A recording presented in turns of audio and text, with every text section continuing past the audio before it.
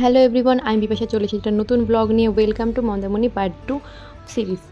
এর ব্লগে তোমাদেরকে পুরো রুম ট্যুরটা দিলাম, আর তোমরা যদি দেখে না থাকো অবশ্যই ডেসক্রিপশনে দেওয়া লিঙ্কে ক্লিক করে দেখে আসো। তো আমরা যে হোটেলটা ছিলাম বেঙ্গল বিচ রিসর্টে, সেটার কিন্তু একটা প্রাইভেট বিচ ছিল।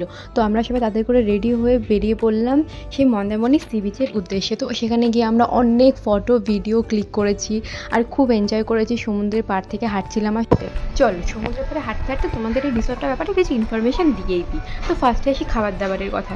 তো খাবার দাবার আমার ঠিকঠাকই লেগেছে, কিন্তু এদের যে খাবার দাবারের যে সার্ভিস সেটা খুবই স্লো আমার নিজের মনে হয়েছে পার্সোনালি। আর ঘর সব কিছু একদম ক্লিন ছিল, বাথরুমও ক্লিন ছিল, ঠিক আছে। আর এমনি সার্ভিস মোটামুটি বেশ ভালোই। রিসর্টটাও খুব সুন্দর, একটা সুইমিং পুলও আছে এখানে, এদের একটা প্রাইভেট বিচও আছে। তা তোমরা যদি চাও অবশ্যই আমি রেকমেন্ড করবো যে অবশ্যই তোমরা এখানে আসো।